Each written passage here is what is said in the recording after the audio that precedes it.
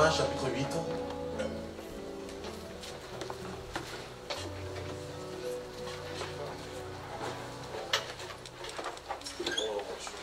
Romains chapitre 8.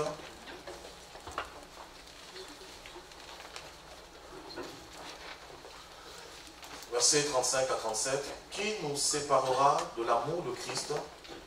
Sera-ce la tribulation, ou l'angoisse, ou la persécution, ou la faim, ou la nudité, ou le péril, ou l'épée, selon ce qu'il est écrit? C'est à cause de toi qu'on nous met à mort tout le jour, qu'on nous regarde comme des brebis destinées à la boucherie, mais dans toutes ces choses, nous sommes plus que vainqueurs. Alléluia. Amen. On a vu hier, dans l'introduction, même si beaucoup pouvaient appeler ça, non appeler cela comme une introduction, que j'ai appelé une introduction, on a vu hier que la mort ici, Thanato, qui vient de Thanatos, qui donne la mort du corps physique, mais Thanato littéralement veut littéralement dire détruire ou éteindre. Alléluia. Amen. Donc littéralement Paul veut dire ici, c'est à cause de toi, parce que nous avons pris la décision de te servir, de te suivre, les hommes veulent nous éteindre. Or, ce que les hommes veulent éteindre en toi, ce n'est pas ta beauté, mais c'est l'esprit de gloire qui est en toi. Ce que Paul dit dans 1 Thessaloniciens 5,19, n'éteignez point l'esprit. Et on a vu dans Apocalypse 1 que Jean va avoir la révélation de Yoshua sur l'île de Patmos. Il va voir celui qui marche au milieu de 7 chandeliers d'or. Et on a compris par là que le chandelier représente l'église. Et dans le temple, le chandelier devrait être en permanence allumé, qui est l'image de ce que nous sommes. Et le péché, le combat, le monde, les soucis, les difficultés, les persécutions ont pour but d'éteindre la flamme qui est en nous. Mais la Bible déclare, malgré tous ces combats, ces persécutions, nous sommes plus que vainqueurs. Parce que la flamme ne vient pas de nous, mais la flamme vient de Dieu. Et nous, ce que nous avons juste à faire, c'est de conserver la flamme. Amen. Alléluia. Amen. Amen. Amen. Et j'avais dit, aujourd'hui, nous allons développer maintenant la deuxième partie véritablement de nous sommes, mais dans toutes ces choses, nous sommes plus que vainqueurs. Alléluia. Amen. Ah, je veux voir un plus que vainqueur lever sa main. Amen. Donne-moi de la force ce soir. Amen. Comme Moïse face à Amalek, il fallait que Aaron et Hur lui procurent de la force. Dis à ton voisin, j'ai besoin de ta force. L'église est d'accord. Je veux voir la main d'un plus que vainqueur se lever. Alléluia. Amen. Plus que vainqueur. Et je dis, on va développer la notion de plus que vainqueur. Au moment pourquoi la Bible déclare que nous sommes plus que vainqueurs, parce qu'il y a deux réalités, deux facettes. Pour que tu sois plus que vainqueur, tu dois vaincre dans deux dimensions, dans deux aspects pour que tu sois vainqueur.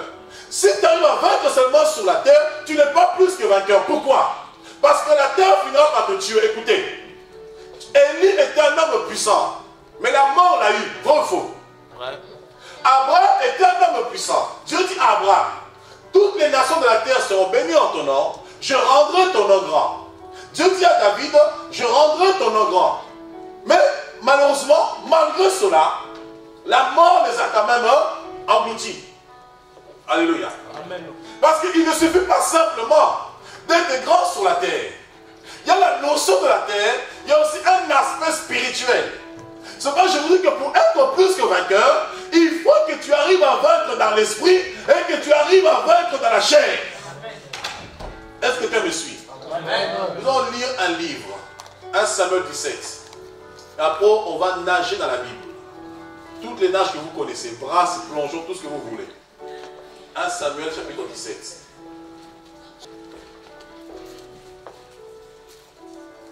Alléluia. Amen. 1 Samuel chapitre 17.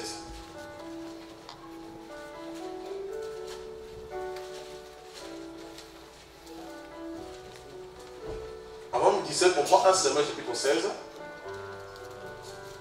À partir du verset 6. À partir du verset 1 plutôt, après on saute au verset 6.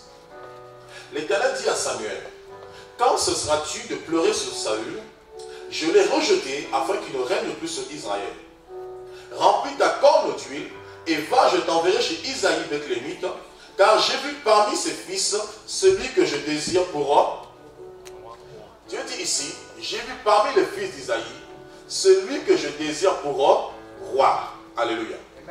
Donc ça veut dire que lorsque Dieu dit à Samuel le prophète d'aller chez Isaïe, Samuel ne partait pas de son propre chef. Il partait selon les recommandations de l'Éternel, selon l'ordre de Dieu.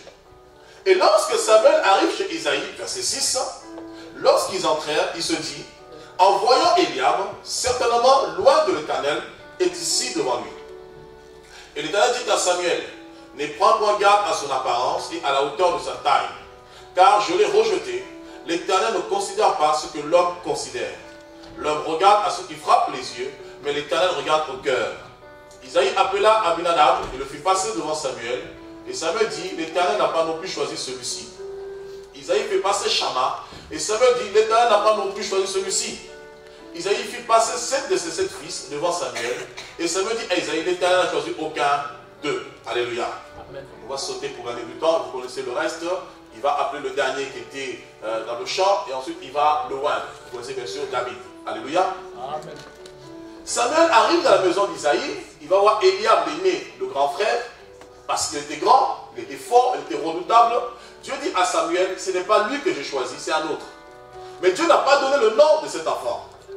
Il fait passer, le père fait passer Abinadab, il fait passer Shama, l'Éternel est avec moi. Mais malgré cela, Dieu dit, ce n'est pas eux, mais il y a un autre que j'ai choisi.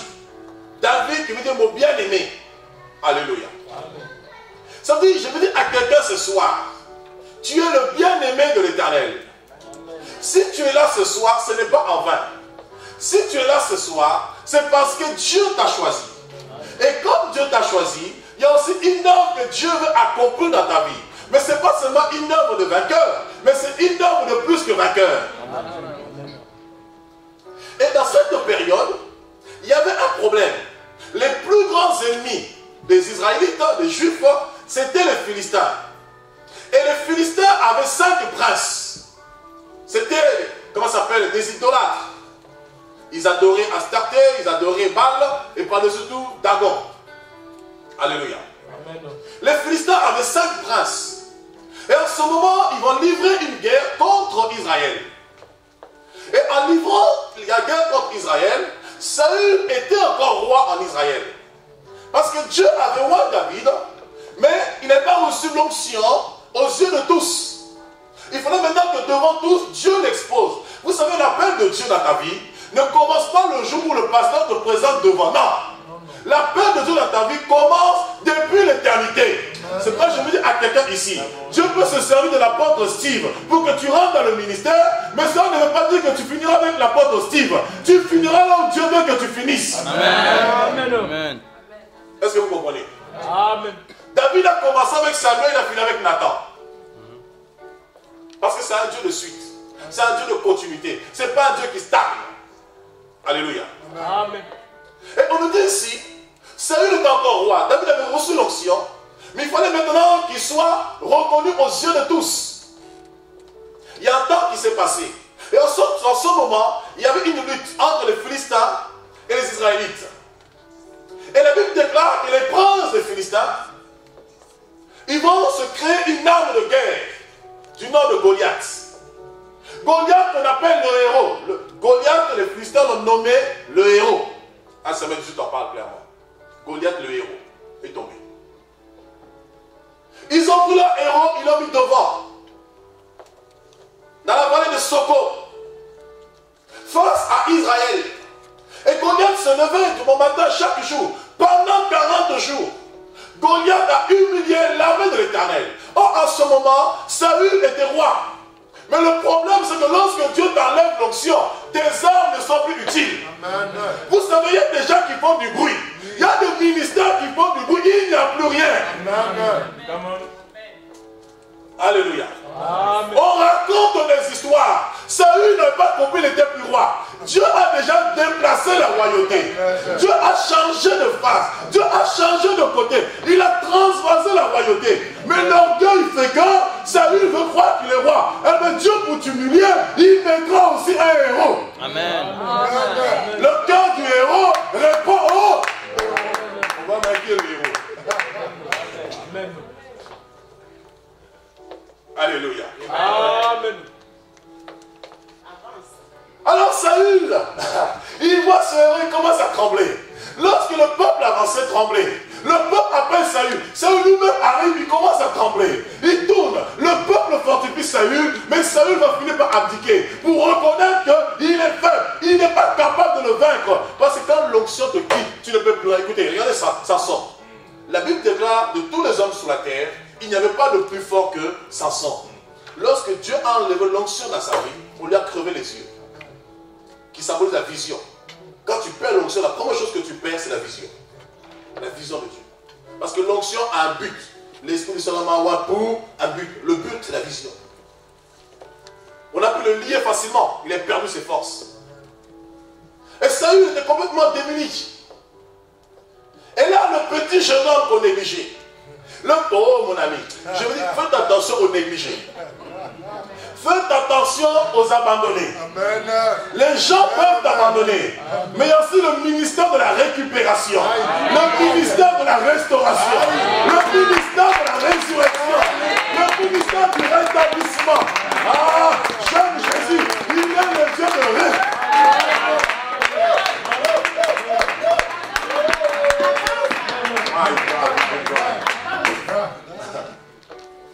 On peut te délaisser, on peut te mettre dans les oubliés, mais autant marqué par Dieu. Oh, non, Dieu va changer l'histoire de quelqu'un ce soir. Je veux te dire que Dieu va changer ta destinée. Je veux te dire que Dieu va changer ta vie. Amen. Tu ne seras plus ce que tu as été hier, juste encore à cet instant. Alléluia. Amen. Saül va trembler. Le jeune homme qu'on méprisait, son père nous écoute. Va fortifier un peu, avec un peu de vivre, va encourager tes frères qui sont au champ de bataille, au combat. David arrive. Et au 40e jour, et ce que Goliath ne savait pas, c'est quand tu tentes Dieu 40 jours, le chiffre 4, c'est le chiffre de la grâce. Tu as fait une grosse erreur. Dieu peut te laisser humilier pendant un jour. Il peut te laisser humilier pendant 2 jours. Mais le temps, le jour où la grâce va se manifester. Écoutez, la Bible déclare que la loi est venue par Moïse. Moïse a amené la sanction. Moïse a amené le fouet. Moïse a amené la condamnation. Mais lorsque le temps fut accompli, la grâce est venue. Frère, je vais dire quelque chose. Tu peux traverser des tribulations, des combats, mais il y a un temps où tu trouveras grâce. Il y a un temps où la faveur de Dieu va se manifester. Il y a un temps où les données vont changer. Il y a un temps où les choses vont changer dans ta vie. Tu as l'impression que tu ne vois rien, mais il y a un temps marqué par Dieu où la grâce se révélera. Et quand la grâce se révélera, tu diras, qui suis-je moi à qui cette grâce a été faite? Ah, il faut des anges pour saluer les maris. Je veux saluer les maris ce soir. Je veux saluer les Joseph ce soir. L'ange ne voit pas seulement Marie, mais il visite aussi Joseph. Ne crains point de prendre Marie pour épouse. La grâce. Amen. Aïe, aïe, aïe. Alléluia. Amen. Ce David qu'on a méprisé, négligé. Il arrive. Pendant 40 jours. David arrive. Le sauveur, l'homme de la grâce. Parce que David, en fait, est la préfiguration de Jésus. L'homme sera le cœur de Dieu, le bien-aimé, celui en qui Dieu met toute son affection. Amen. Il arrive 40e jour. Mais qui est donc celui-ci qui insulte l'armée de Dieu vivant? Dis à ton voisin, tu es l'armée de l'Éternel. Il y a aussi un David qui s'est levé pour toi. Vous allez comprendre cela la suite. Amen. Il dit, qu'est-ce que donnera celui qui tuera? C'est un circoncis. Oh David, tu es un petit gamin, tu es un petit enfant. Méfie-toi de l'enfant. Quand il est écrit, un enfant nous est né. Un enfant nous est donné. Et la domination. Oh, on l'appellera. Oh frère, on t'appelle petit enfant, c'est pas grave. J'étais dans un séminaire. Quelqu'un dit, appelle l'enfant là. J'ai entendu, je dis, ah, moi enfant, que Dieu soit béni. Mais quand l'enfant est des amis, on t'appelle enfant, c'est pas grave. Mais une chose est sûre, on dit enfant, mais on t'appellera admirable. On t'appellera conseiller. On t'appellera prince de paix.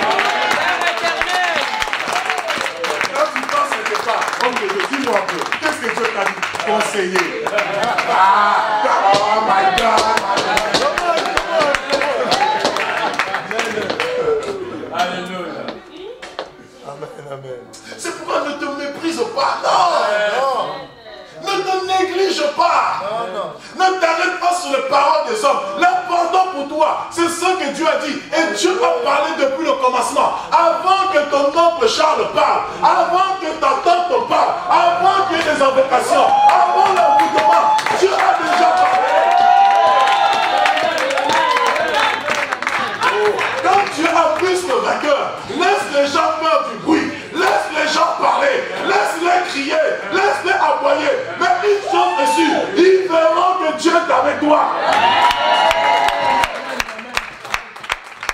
Mon ami, David n'a pas chanté, on a chanté pour toi. Je veux dire que on va chanter pour toi. Aïe, aïe, aïe, aïe. Amen. On va te chanter des louanges, ce n'est pas un péché, c'est biblique. Nous sommes de Jésus. Jésus ne savez pas que vous êtes de Dieu. Psaume 82:6. Les gens disent, c'est le prophète devant les pharisiens, si votre propre loi dit aux hommes que vous êtes de Dieu, à comment plus forte raison celui-même qui est sorti de Dieu. Aïe, il faut comprendre les mystères de Dieu. Amen. Alléluia. Amen. David arrive, lisons un petit peu. 1 Samuel 17. Les Philistins réunirent leurs armées pour faire la guerre et ils se rassemblaient à Soko, qui appartient à Juda. Ils campaient entre Soko et Azekah. À Éphèse d'Amin, Saul et les hommes d'Israël se rassemblant aussi. Ils campèrent dans la vallée de Térémite. Ils se mirent en ordre de bataille contre les Philistins. Les Philistins étaient vers la montagne d'un côté et Israël était vers la montagne de l'autre côté. La vallée les séparait. Un homme sortit alors du camp des Philistins et s'avançant entre les deux armées. Il se nommait Goliath. Il était de Gath et il avait une taille de 6 coudées. Donc une coudée fait au moins 50 cm. Donc 50 cm x 6, ça fait... Bon, pour ceux qui savent compter. Et un arpent. Sous sa tête était un casque d'airain et il portait une cuirasse avec un poids de 5000 cycles d'argent. C'était une machine de guerre. Lui, à son époque, c'était considéré comme un tank. Vous voyez le tank, le blindé. Il avait aux jambes une armure d'airain et un javelot d'airain entre les épaules. Le bois de sa lance était comme une soupe de tisserand et la lance pesait en 600 cycles de fer. Celui qui portait son bouclier marchait devant lui. C'est-à-dire son bouclier tellement énorme, il fallait qu'avant des gens le portent. Le Philistin s'arrêta et s'adressa aux troupes d'Israël rangées en bataille. Il leur cria, pourquoi sortez-vous pour vous ranger en bataille? Ne suis-je pas le Philistin et n'êtes-vous pas des esclaves de Saul? Choisissez un homme qui descende contre moi. Ah là là, il a fait une grosse erreur. Au lieu d'attaquer l'armée israélite, lui il va dire carrément, je ne veux plus de l'armée. Alors que s'il avait attaqué l'armée, il aurait eu la victoire. Il allait vaincre l'armée israélite. Parce que Saul était roi. Mais ce qu'il a fait lui l'erreur, c'est qu'il dit choisissez un homme. Alors lorsque tu dis choisissez un homme, ça veut dire qu'on peut te présenter n'importe qui. Or la Bible déclare une chose. Lorsque le malheureux crie, l'Éternel entend. Est-ce que vous comprenez? Amen. Lorsque le malheureux crie, l'Éternel entend. Et lorsque Dieu entend la voix du malheureux, Dieu cherche aussi un homme. C'est comme dans Ésaïe 6, il est écrit. Je cherche un homme pour marcher pour nous. Dieu regarde à tout Israël. Saül a été rejeté. Et Saül domine sur le peuple. Donc comme l'onction de Saül a été enlevée, le peuple aussi a reçu la semence de la peur, la semence de la frayeur. Donc il faut une onction fraîche. Pendant que Dieu regarde à tout Israël, il a trouvé un homme. Amen. David. Amen. Écoutez, je vais transposer. La Bible déclare, Dieu regarde dans le ciel. Il n'y avait aucun homme. Dieu regarde sur la terre. Il n'y avait aucun homme. Lorsque Dieu regarde, il cherche un homme. Il crie dans le ciel. Qui enverrai-je pour sauver les hommes? La Bible déclare, il y a un homme qui a fait son apparition. Il dit, me voici. Envoie-moi. Me voici. Envoie-moi, oh Dieu, dans Hébreux 15, pour faire ta volonté. Alléluia. Amen. On va quelque part. Dis à ton voisin, on va quelque part. Et ensuite, il dit, choisissez un homme. S'il peut me battre et qu'il me tue, nous vous serons assujettis. Mais si je l'emporte sur lui et que je le tue, vous nous serez assujettis et vous nous servirez. Le Philistin dit encore, je jette en ce jour un défi à l'armée d'Israël. donnez-moi un homme et nous nous battrons ensemble. Alléluia. On va sauter cela, vous connaissez tous bien sûr le reste. On va dans le champ de bataille pour développer maintenant notre enseignement. Verset 37. David dit encore, l'Éternel qui m'a délivré de la griffe du lion et de la patte de l'ours, me délivrera aussi de la main de ceux. Et Saül dit à David, va et que l'Éternel soit avec toi. Saül fit mettre ses vêtements à David. Il plaça sur sa tête un casque d'airain et le revêtit d'une cuirasse. David ceignit l'épée de Saül par-dessus ses habits et voulut marcher, car il n'avait pas encore essayé. Mais il dit à Saül, je ne puis pas marcher avec cette armure, je ne suis pas habitué, et il s'en débarrassa. Il prit en main son bâton, écoutez, il prit en main son bâton, choisit dans le torrent 5 pierres polies, et les mit dans sa gibecière de berger et dans sa poche. Puis sa fronde à la main, il s'avança contre le Philistin. Le Philistin s'approcha peu à peu de David, et l'homme qui portait son bouclier marchait devant lui. Le Philistin regarda, et lorsqu'il aperçut David, il le méprisa, ne voyant en lui qu'un enfant. Ah, mon ami. Hérode peut voir un enfant, mais un enfant peut te faire troubler. La Bible déclare à la naissance de l'enfant Jésus, tout Israël fut dans la joie. Oh! Tout Israël fut dans la joie. Non. Le jour de la naissance de l'enfant Jésus. Oh, bon, je saute. On était où? Aidez-moi. Je n'ai pas d'écriture, aidez-moi, on est où? 43. Le Philistin dit à David, suis-je un chien pour que tu viennes à moi avec des bâtons? Et après l'avoir maudit par ses dieux, vous voyez, par ses dieux, parce qu'ils avaient plusieurs dieux, parce que les Philistins, ils avaient en fait 5 princes. Et ces 5 princes, chacun avait aussi son dieu. Et ces 5 princes se sont ligués, ils ont créé ce qu'on appelle Goliath. Alléluia. Amen. Et ensuite, on dit quoi? Il ajouta, viens vers moi, et je donnerai ta chair aux oiseaux du ciel, et aux bêtes des champs. David dit aux Philistins, tu marches contre moi avec l'épée, la lance et le javelot, et moi je marche contre toi au nom de l'Éternel des armées, du Dieu de l'armée d'Israël que tu as insulté. Aujourd'hui l'Éternel te livrera entre mes mains, je t'abattrai et je te couperai la tête. Aujourd'hui je donnerai les cadavres du corps des Philistins aux oiseaux du ciel et aux animaux de la terre, et toute la terre saura qu'Israël a un Dieu. Et toute cette multitude saura que ce n'est ni par l'épée, ni par la lance que l'Éternel sauve, car la victoire appartient à l'Éternel. Il vous livre entre nos mains. Aussitôt que le Philistin se mit en mouvement pour marcher au-devant de David, David courut sur le champ de bataille à la rencontre du Philistin. Il mit la main dans sa gibecière, il prit une pierre et la lança avec sa fronde. Il frappa le Philistin au front, et la pierre s'enfonça dans le front du Philistin, qui tomba le visage contre terre. Ainsi, avec une fronde et une pierre, David fut plus fort que le Philistin. Il le terrassa et lui ôta la vie, sans avoir d'épée à la main. Il courut, s'arrêta près du Philistin, se saisit de son épée, qui tira du fourreau, le tua et lui coupa la tête. Les Philistins, voyant que leur héros, regarde ton voisin, répète après moi. Les Philistins, voyant que leur héros était pris, voilà, ensemble, on va juste acclamer la parole de Dieu et nous rendons.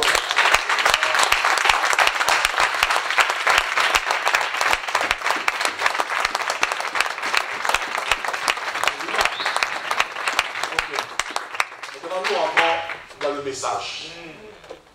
On a dit plus que vainqueur. J'ai pris ce passage pour illustrer l'histoire de David, l'histoire de Jésus et l'histoire de l'Église. Regardez quelque chose ici. La Bible nous dit Dieu a rejeté Saül. Dès le moment où Dieu a rejeté Saül, un esprit mauvais est rentré dans Saül. Saül était devenu charnel. Alléluia. Saül étant charnel, il ne pouvait plus saisir la vision de Dieu. Il ne peut plus saisir la pensée de Dieu, car c'est spirituellement qu'on saisit la pensée de Dieu. Car qui a connu la pensée du Seigneur pour pouvoir l'instruire? Nous, au contraire, nous avons en nous la pensée de Christ parce que nous avons l'esprit de Christ. Tu ne peux que connaître la pensée de Christ par l'esprit de Christ. Or, Saül n'avait plus l'esprit de Christ.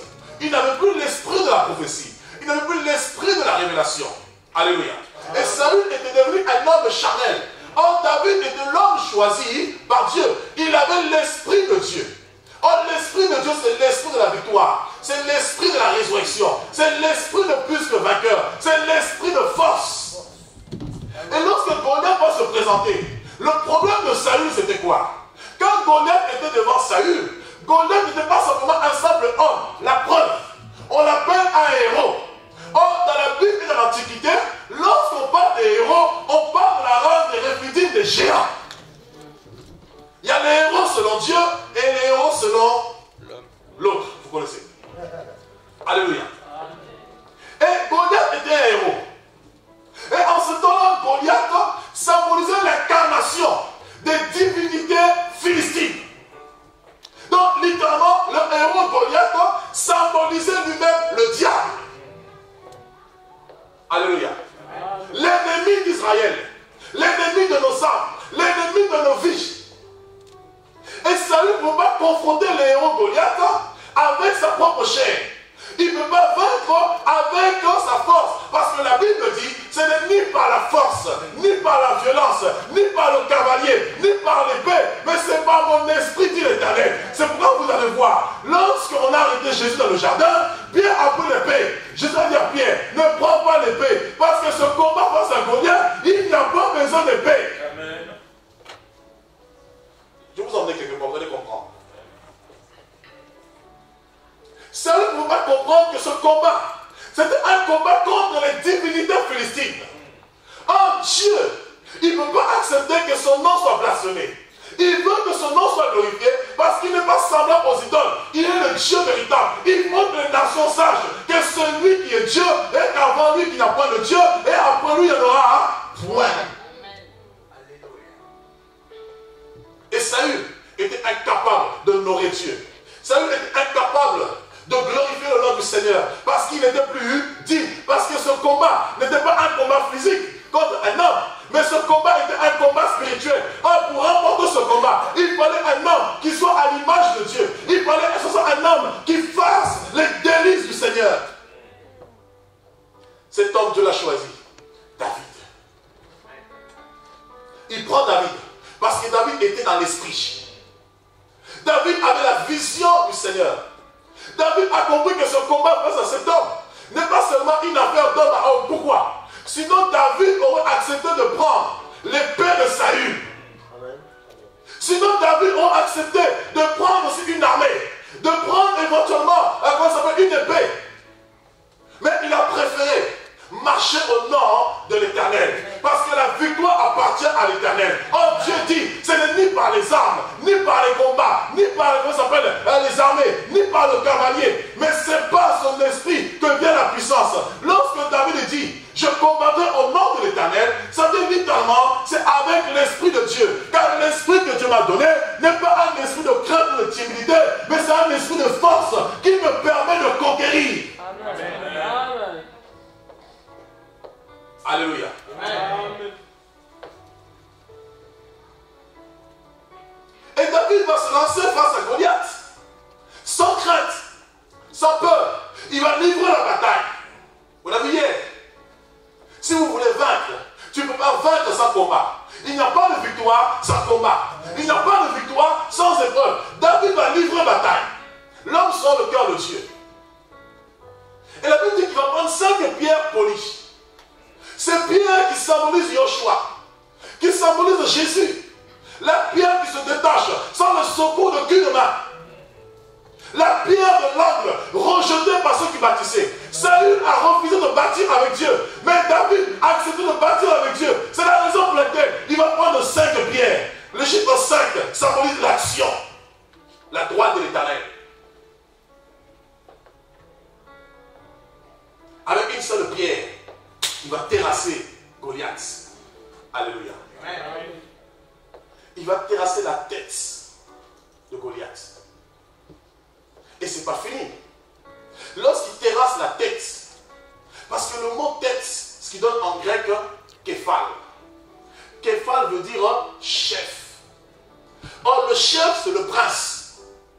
Tout à l'heure, quelqu'un nous a enseigné tout à l'heure, l'ancien Régis, en nous disant que Moïse, lorsqu'il a envoyé les espions, il a envoyé les princes de chaque tribu. Aïe, aïe, aïe, aïe, déjà. Je crois en moi que je me trompe. Moïse a envoyé le prince de chaque tribu. Parce que le prince, c'est chef, c'est la tête.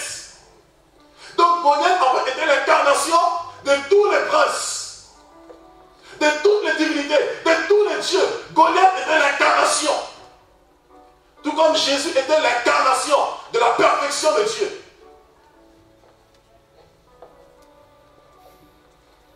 Et avec une seule pierre, David va terrasser Goliath. Il va le frapper à la tête. Pourquoi? Parce que la tête, bien sûr, comme j'ai dit, c'est chef. Mais aussi la tête symbolise la pensée, symbolise l'esprit. Et David a compris que le combat, c'est un combat spirituel. Et pour m'aider à gagner ce combat spirituel, je ne peux pas le mener par moi-même. Parce que la chair est faible, mais l'esprit est bien disposé. Ce n'est que par l'esprit que je peux vaincre. Si Dieu est avec moi, je serai plus que vainqueur. C'est pourquoi la Bible déclare: qui condamnera les élus de Dieu? Car si Dieu est pour nous, il sera contre nous. Oh, fais que pour que Dieu soit avec toi. Amen. Que Goliath t'insulte. Il y a beaucoup de Goliath, même dans nos églises. Beaucoup de Goliath qui se donnent l'impression d'être. Alléluia. Amen. Ah, je veux dire que Goliath va tomber. Amen. David a compris que le combat était spirituel. Donc le seul moyen de vaincre, il fallait d'abord le vaincre spirituellement. C'est quoi? Il lance au niveau du front. Le front, c'est la pensée. Écoutez, dans Deutéronome 6, verset 4, le schéma hébraïque, Dieu dit: écoute Israël, l'Éternel ton Dieu est un. Et ensuite il leur dit: tu prendras les Écritures, tu vas les graver sur ton front. Parce que le front, c'est la pensée. Le front, c'est l'esprit. Alléluia. Amen. Donc il faut que ta parole soit, la parole de Dieu soit gravée dans ton esprit. Il faut que ton esprit soit en connexion avec Dieu. D'où la Bible nous parle dans Romains 12:2 du renouvellement de l'intelligence. Pour capter les choses de Dieu, pour être connecté à Dieu. Et Saül ne pouvait plus combattre spirituellement. Il était désabusé. Dissous complètement. Et David va saisir cela. Et lorsque David va saisir, il a tué Goliath. Ensuite, qu'est-ce qu'il fait? Il prend maintenant l'épée. Avec l'épée maintenant, là maintenant, il attend maintenant le physique. Il coupe le corps, le cou. Or, le cou, c'est ce qui est terrestre. Pourquoi? Jésus est la tête de l'église. Est-ce que vous comprenez? Le cou, c'est ce qui supporte la tête. Si on t'arrache le cou, la tête, elle tombe. Or, la Bible déclare dans Colossiens 1 que Jésus est le chef de l'église. L'église est son corps. Or, Jésus, la tête, est en haut, au ciel. Et le corps qui est l'église est en bas. Le corps est dans un domaine métaphysique. Un domaine charnel qu'on peut palper, qu'on peut toucher. Mais la tête est dans un domaine spirituel. Le domaine de l'esprit. Alléluia. Amen. Je ne veux pas que vous dormez, je veux que vous suivez très bien. Amen. La tête est dans le domaine de l'esprit. Et Goliath, c'est pareil. Sa tête était dans l'esprit, dans ses divinités, la sorcellerie, la magie, le diable, Satan. Donc il fallait que David puisse le vaincre sur le plan spirituel. Et il fallait aussi qu'il puisse le vaincre sur le plan physique. Alléluia. Amen. Donc la bataille de David n'était pas juste un combat contre un homme. C'était un double combat. C'est pour laquelle on doit plus que vainqueur. En grec, ça veut dire littéralement remporter une victoire immense. Ce n'est pas une victoire, mais remporter plus qu'une victoire. C'est une victoire immense. C'est une victoire que tout le monde ne peut pas remporter. C'est une victoire que tout le monde ne peut pas avoir, acquérir. C'est la victoire dans l'esprit et la victoire dans la chair. Alléluia. Amen. David l'a fait pourquoi? Parce que Dieu savait que Jésus allait venir. Et lorsque Dieu agit, il met toujours des préfigurations pour nous enseigner, pour nous alerter, pour nous ouvrir les yeux. Et David était l'image de ce que Jésus allait faire. Écoutez quelque chose. Pour que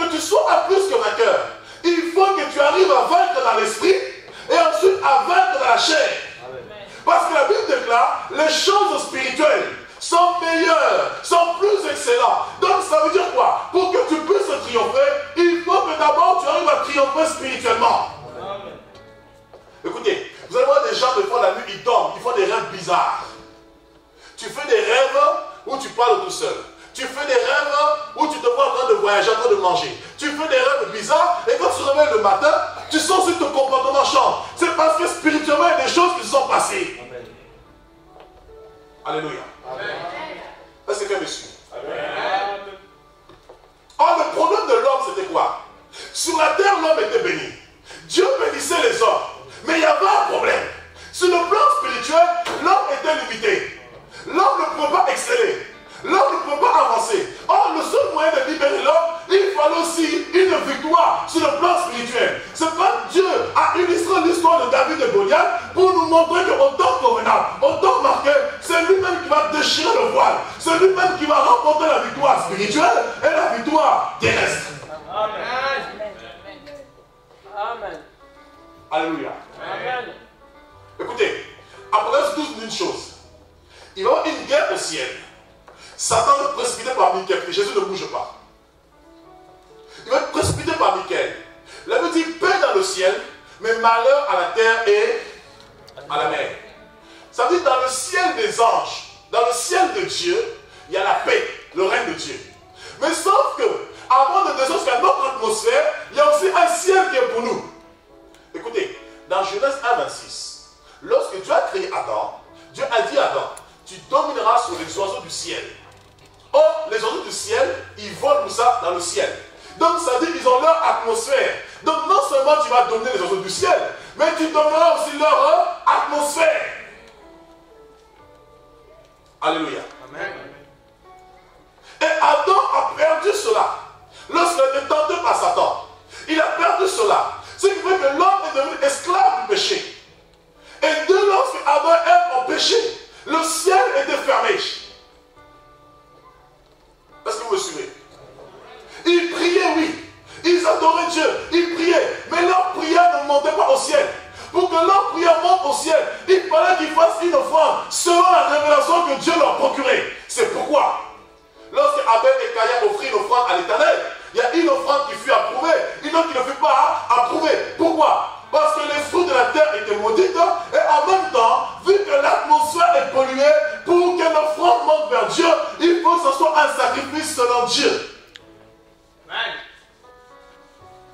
Est-ce que quelqu'un me suit? Amen. C'est pourquoi vous allez voir, dans Genèse 3,15, Dieu donne une prophétie à la femme. Il dit une chose, regardez bien, la tête revient encore. Il dit au serpent, puisque tu as fait cela, je mets une unité entre ta postérité et la postérité de la femme. Tu blesseras le talon à la postérité de la femme, mais la postérité de la femme t'écrasera la tête. Alléluia. Amen. La postérité de la femme t'écrasera la tête. Ça veut dire quoi littéralement? La postérité, la descendante de la femme doit écraser la tête. Ça veut dire la tête, c'est ce qui est connecté au ciel, l'esprit. C'est-à-dire, sur le plan spirituel, la postérité de la femme va dominer sur toi. Alléluia. Amen. Est-ce que quelqu'un me suit? Amen. Vous voulez que je vous prouve cela? Amen. Est-ce que vous voulez que je vous prouve cela? Amen. Oui, oui. Non, je pose la question. Est-ce que vous voulez que je vous prouve cela? Oui. Amen. Daniel chapitre 10. La Bible dit au temps du roi Darius, Dieu se révèle à Daniel pour annoncer une calamité qui va arriver.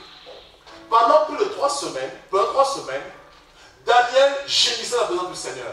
Il voulait avoir l'interprétation du songe. La Bible déclare, l'ange dit à Daniel, depuis le premier jour que tu as commencé à prier, ta prière a été exaucée. Mais il y avait un problème. Le prince de Javan. Or, le prince dont je dis, c'est la tête. Donc, dans l'atmosphère de Daniel, le ciel de Daniel, il y avait une tête, il y avait une principauté. C'est pourquoi la Bible dit que si nous marchons dans la chair, mais les hommes avec lesquels nous combattons sont spirituels et puissants pour renverser les raisonnements, les forteresses et ainsi de suite. Alléluia. Amen. Dans Ephésiens 12, il a dit quelque chose. Que nous ne combattons pas dans la chair. Prenons la Bible. Je veux que vous me suivez. Le thème c'est plus que vaincu. Je dis qu'on va monter. Hier, c'était une prédication. On peut l'appeler comme on veut. C'était la salade. Là, nous rentrons dans le plat et le dessert. Donc c'est plus lourd qu'hier. C'est deux éléments en un. Ephésiens 6, verset 12. Car nous n'avons pas à lutter contre la chair et le sang, mais contre les... Oui, tu peux lire ce que je continue. Contre les dominations, oui. Contre les dominations. Contre les dominations. Contre les autorités. Contre les autorités. Contre les princes de ce monde de ténèbres. Contre, pas les princes de ce monde, le monde dans lequel nous sommes, mais contre les princes du monde des ténèbres. Parce qu'au ciel, il y a aussi un monde. Alléluia. Amen. Nous n'avons pas à lutter contre la chair, mais contre les dominations, les principautés, contre les princes. Or, dans Daniel 12, 10 plutôt, il nous dira, l'ange dira, Gabriel, le messager, lorsque Michael va venir intervenir, le prince de Javan m'a résisté pendant 21 jours. Ça veut dire que la prière, la réponse ne descendait pas. Pourquoi? Parce que le ciel était fermé. Il y a des dominations qui font obstacle à tes prières, qui font obstacle à ta vie. Lorsque tu pries, lorsque tu cries au Seigneur, dans le monde spirituel, dans le ciel, il y a des dominations qui bloquent ta vie. C'est comme vous allez voir Dieu disant aux enfants d'Israël, mettez-moi à l'épreuve, comme dans Malachie 3 par exemple. Vous verrez si je n'ouvre pas pour vous les écluses de cieux. Amen. Écoutez frère, le ciel de Dieu est déjà ouvert. Le ciel est déjà ouvert. Mais il y avait un problème. Pour accéder au ciel de Dieu, il fallait passer, il fallait transiter. Est-ce que vous comprenez? Il fallait transiter. C'est comme si vous prenez l'avion par exemple, vous allez dans un pays, on vous dit que pour aller dans tel pays, il faut faire escale. Est-ce que vous comprenez? Est-ce que vous me suivez? Donc pour arriver au ciel de Dieu, il fallait faire une escale. Et cette escale était bloquée. C'est ça. Vous prenez l'avion, on vous dit qu'il faut descendre, faire une escale à Paris. Vous arrivez à Paris, on vous interdit d'atterrir. Qu'est-ce que l'avion fait? Fais le tour. Merci. Toi, tu prends l'avion, c'est bien. Qu'est-ce que l'avion fait? Il attend. Il tourne. Et c'est la raison pour laquelle aussi les hommes tournent. Les hommes tournent en rond. Parce que sur le plan spirituel, il y a des choses qui se passent. C'est pourquoi Dieu dit que la postérité de la femme écrasera la tête du serpent. Pourquoi? La tête de domination. Il écrasera les dominations dans les lieux célestes pour ne plus que nos vies soient freinées, nos vies soient bloquées, pour que nous soyons plus que vainqueurs. Parce que Dieu peut vaincre sur la terre, mais si le ciel est fermé, tu ne peux avancer. La preuve, la Bible nous parle des héros de la foi. Dans Hébreux chapitre 11, on nous parle de Noc, on nous parle de Josué, on nous parle de Gédéon, on nous parle d'Élie, on parle de Samson. Mais la Bible déclare, tous ces hommes n'ont pas pu monter au ciel parce qu'ils étaient retenus dans le séjour des morts. Ils pouvaient manifester la puissance de Dieu sur la terre. Mais il y a quelque chose qui les retient. Quelque chose qui les bloque. Ce n'est pas la mort, puisqu'ils vivaient au séjour des morts. Alléluia. Amen. Il fallait déchirer ce ciel, cette atmosphérique démoniaque, satanique, pour leur permettre de transiter directement. Alléluia. Amen. C'est pour ça que Jésus est venu. Il est venu. Dans Hébreux 10, la Bible déclare, Dieu regarde. Qui peut sauver les hommes? Qui peut libérer les hommes? Parce que le problème de l'homme, ce n'est pas tellement être sur la terre. Mais Dieu avait compris, il peut bénir l'homme aussi longtemps sur la terre. Mais sa vraie bénédiction, ce n'est pas la terre. C'est le ciel. Or, tant que le ciel est bloqué, l'homme ne peut pas atteindre Dieu. Donc, il faut d'abord vaincre les dominations, les principautés, pour pouvoir ouvrir le ciel aux hommes. Alléluia. Amen. Regardez, sur la terre, ils étaient vainqueurs, mais la mort les a retenus. Donc, il faut être plus que vainqueur. En plus que vainqueur, c'est au-delà de la victoire. C'est une conquête immense. C'est au-delà de la victoire. Alors Dieu regarde au ciel, il ne voit personne. Il voit ta vie. Il dit, il faut que je délivre ma fille. Je l'amène à une autre dimension. Je l'amène à une autre grâce. Je veux que ma fille enfante. Je veux que ma fille reçoive la promesse. Tu peux jeûner, prier Dieu. Mais tant que le ciel est fermé, mon ami, tu n'auras pas la réponse. Alors que Dieu va me dire l'année prochaine, tu vas accoucher. Mais comme le ciel est fermé, tu attends toujours. Est-ce que vous comprenez ce que je veux dire? Daniel a attendu ou pas? Ça aurait pu durer aussi 1 an, 2 ans, 3 ans, 4 ans, 5 ans, ainsi de suite. Jésus dit, me voici, ô Dieu, pour faire ta volonté. L'homme selon le cœur de Dieu. L'homme selon Dieu, pour faire la volonté de Dieu. Et la Bible dit une chose. Lorsque Jésus arrive sur la terre, la première des choses que les anges vont faire, le premier message que les anges vont libérer de leur bouche, paix sur la terre, car le règne.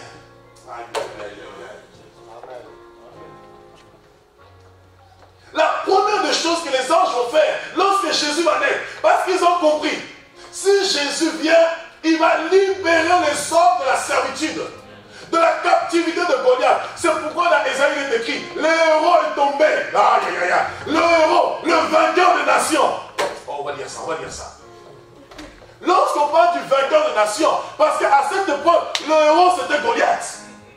Les princes de Philistins mettaient leur confiance dans Goliath. Ils savaient que Goliath était une arme de guerre. C'est pourquoi Ésaïe dit, le héros est tombé. Celui qui était le vainqueur des nations. On parle de Satan ici. Le héros des Philistins. Je ne sais pas si le message est trop lourd. On va essayer un peu de diminuer. Alléluia. Amen. Le vainqueur des nations est tombé. Qui a cru au moment que Goliath allait tomber avec une pierre? Oh frère, Dieu prend les choses faibles. Dieu prend les choses viles. Des personnes méprisées. Je veux dire à quelqu'un, on peut se mettre aujourd'hui de toi. On peut te mépriser aujourd'hui. Ne gémis pas. Mets ton espérance en Dieu. On peut dire tu es petite. On peut dire tu es petit. On peut dire tu es pauvre. On peut dire tu as moins que rien. Tu n'as pas étudié. Mais qui t'a dit que c'est les études qui te rendent grand? Tu peux avoir un bac plus 5. Tu ne trouves pas de travail. Mais mon ami, moi avec même pas CAP, un niveau ça m'a brevet de collège. Collège simplement. J'ai un boulot. Même si c'est 1300 €, au moins j'ai quelque chose. Mais toi t'as quoi? Diplôme en poche seulement, mais réalité zéro. La dernière fois, je parlais avec quelqu'un, j'ai dit, voyez un médecin fait un bac plus 10. Qui le sait? Qui sait que pour être un médecin, il faut un minimum bac plus 10? Qui le sait? Ok. J'ai dit à quelqu'un, quand un médecin est devant, lui, il est spécialisé dans la médecine en fonction de la maladie. Il n'arrive pas à guérir la maladie. Toi, tu viens avec ton CAP, menuisier, comme le fils de charpentier. Tu regardes simplement la personne devant le médecin, quand on lui marche.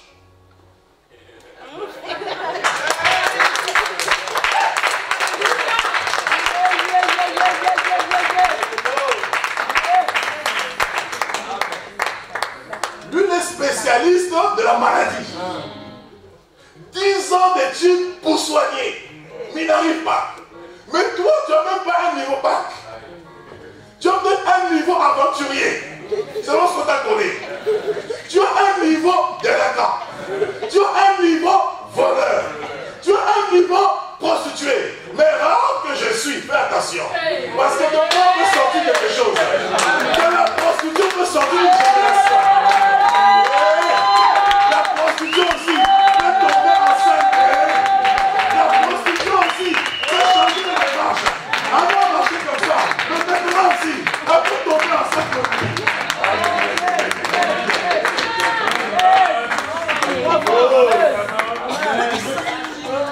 Fais attention au rap.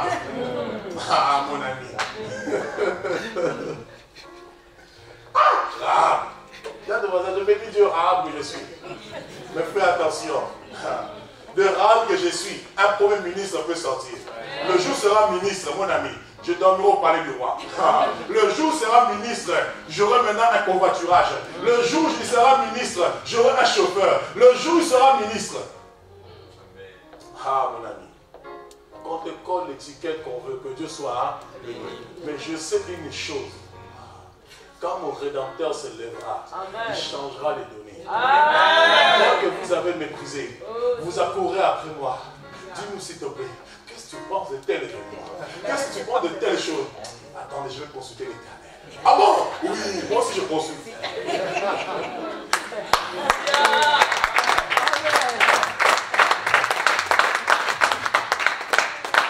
Amen. C'est quoi je veux dire à quelqu'un ici, là, aie de l'assurance en ton Dieu. Amen, amen, amen. Et confiance en ton Dieu. Amen. Laisse les gens crier, aboyer. Fais ce que Dieu te demande de faire. Tu iras loin avec Dieu. Amen. Et Jésus arrive sur la terre. Il dit dans 1 Jean 3,8, le Fils de Dieu apparut pour détruire les œuvres du diable. Pourquoi? Parce que Jésus avait compris que l'homme était esclave du péché sur la terre. Et cette servitude du péché sur la terre, c'est ça qui lui ferme aussi la porte du ciel. Donc il faut qu'il puisse se vaincre sur la terre et ensuite vaincre aussi dans l'esprit. Pour que l'homme soit libre totalement, aussi bien dans le ciel que sur la terre.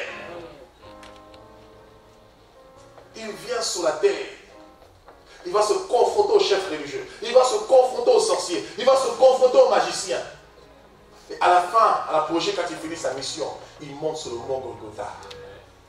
Ce sont des symboles. Ne croyez pas que Jésus a pris la tête de Satan, tout ça. Non, non, ce sont des symboles. Mais spirituellement, ça s'accomplit aussi. Mais Dieu donne des symboles pour comprendre. Il va sur le mont Golgotha, lieu du crâne. Pourquoi? Le crâne symbolise quoi? La tête. Et sur le mont Golgotha, il va être crucifié. Satan se réjouit que Jésus était crucifié. Mais ce qu'il ne savait pas, pendant qu'il se réjouissait, il savourait sa défaite. Je vais dire à quelqu'un ici, il y a un proverbe qui dit, tel esprit qui croyait, pendant qu'ils passent te prendre, ils se prennent d'eux-mêmes. Je vais dire à quelqu'un ici, pendant que tes ennemis se réjouissent de ta chute, pendant que tes ennemis se moquent de toi, en fait, si tu veux, Dieu a transformé la malédiction en bénédiction. Pendant qu'ils se réjouissent, en fait, ils se réjouissent eux-mêmes de leur propre malédiction. Amen. En fait, ils se réjouissent de ton élévation. Satan était content, on l'a eu, je l'ai eu. Mais ce qu'il ne savait pas, c'est qu'il a fait une grosse erreur. Il fallait que Jésus passe par la mort. C'était une stratégie de Dieu. Amen. Dieu est un Dieu stratégique. Amen. Parce que le seul moyen que Jésus avait pour libérer le ciel, parce que sur le poteau de croix, il va battre qui? Il va battre personne. Il fallait juste un corps. Parce qu'une fois que tu viens par corps, une fois que tu meurs, une fois que tu es mort, c'est alors que tu descends ce qu'on appelle en hébreu le Sheol, ou on s'appelle le séjour de mort, Hadès en grec. Donc le seul moyen de rentrer dans le monde spirituel, il faut d'abord que ton corps meure pour que tu puisses rentrer dans le monde spirituel. Sans cela, il est impossible. Ce cas dans Hébreux 17, il dit, je n'ai demandé ni holocauste ni sacrifice. Ce qu'on offre selon la loi. Mais juste dire, oh Dieu, me voici pour faire ta volonté. On a rencontré juste quoi? Que Jésus aille rencontrer les dominations, qu'il aille rencontrer les autorités, qu'il aille rencontrer les principautés, qu'il aille rencontrer les esprits méchants pour les dépouiller pleinement. Pour que l'homme ne soit plus lié, l'homme ne soit plus esclave. Et quand il descend dans les séjours des morts, il va rencontrer Hadès. Il va rencontrer Satan lui-même en personne, Goliath. Il va rencontrer les dominations. Il va rencontrer les principautés. Il dit maintenant les clés que Satan, votre maître, a pris à Adam, en commençant par lui-même votre maître. Je récupère les clés. Il récupère les clés à Satan. Il récupère les clés à la mort. Il récupère les clés aux dominations. Il récupère les clés aux principautés. Et quand il va être ressuscité, il dit voici j'étais mort et je suis vie. Je tiens les clés de la mort et du séjour des morts. Quand il parle de la mort ici, ce n'est pas la mort le fait de mourir physiquement. Non. Il tient les clés de la mort. La mort, c'est la séparation entre l'homme et Dieu. Le fait que le ciel est fermé, c'est la mort. L'art de la connaissance du bien et du mal. Ça dans un autre enseignement. L'art de la connaissance du bien et du mal, c'était l'esprit de mort. déchirer tout ça. Il prend les clés. C'est là Colossiens 2,14 nous dit quelque chose. Il a dépouillé. Dépouiller, ça veut dire quoi? Les démunir totalement. Il a dépouillé les dominations. Il a dépouillé les autorités. Il a dépouillé les principautés. Il a dépouillé les esprits méchants. Et il les a livrés en spectacle en le clouant à la croix. Amen. Est-ce que vous comprenez? Amen. Ça veut dire que Jésus n'a pas seulement remporté une victoire sur terre. En vivant une vie exempte de toute souillure, de tout péché. Mais il a remporté plus qu'une victoire parce qu'il est parti carrément arracher la domination. Il est parti arracher la tête de Satan pour qu'il ne puisse plus régner sur les hommes. Alléluia. C'est quoi lorsqu'il va être ressuscité, il dira, tout pouvoir m'a été donné. Tout pouvoir m'a été donné. Or, dans la Bible, il n'y a qu'un homme qui a expérimenté cela. Un homme étant enlevé, certes, mais un homme particulièrement, Jacob. Lorsque Dieu va le rencontrer à Bethel, il va avoir une échelle. Une échelle qui touchait le ciel. Dans le sommet touchait le ciel et le bas touchait la terre. Et de cette échelle, il voyait les anges monter et descendre. En fait, Dieu nous montre une préfiguration pour nous dire qu'un jour viendra où le ciel sera ouvert.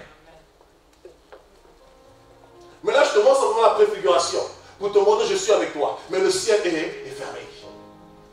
C'est lorsque Jésus va être ressuscité. La Bible va nous dire une chose. Qu'il nous a ressuscité avec lui. Il nous a fait asseoir avec lui dans les lieux célestes. En Jésus, nous sommes montés au ciel. Comme tu es au ciel, ça veut dire littéralement, plus rien ne peut t'atteindre. Plus rien ne peut te toucher. Pourquoi? Parce que la seule chose qui pouvait t'empêcher de voir Dieu, c'est le ciel fermé. C'est pas Paul nous dit que j'ai l'assurance, ni les dominations. Or, les dominations, c'est qui? C'est la domination que Jésus est parti vaincre. Amen. Ni les autorités, ni les principautés, ni les esprits méchants, ni la mort, ni la vie, ni la faim, ni quoi que ce soit ne pourra me séparer de l'amour de Dieu manifesté en Jésus. Amen, amen. Amen. Je vais à quelqu'un ici. Quand tu comprends cette dimension, tu ne pleures plus devant les épreuves. Tu ne pleures plus devant les combats. Tu ne pleures plus devant les soucis.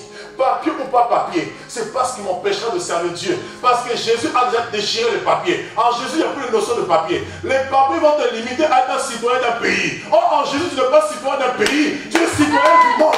Pourquoi qu'on fout la gloire?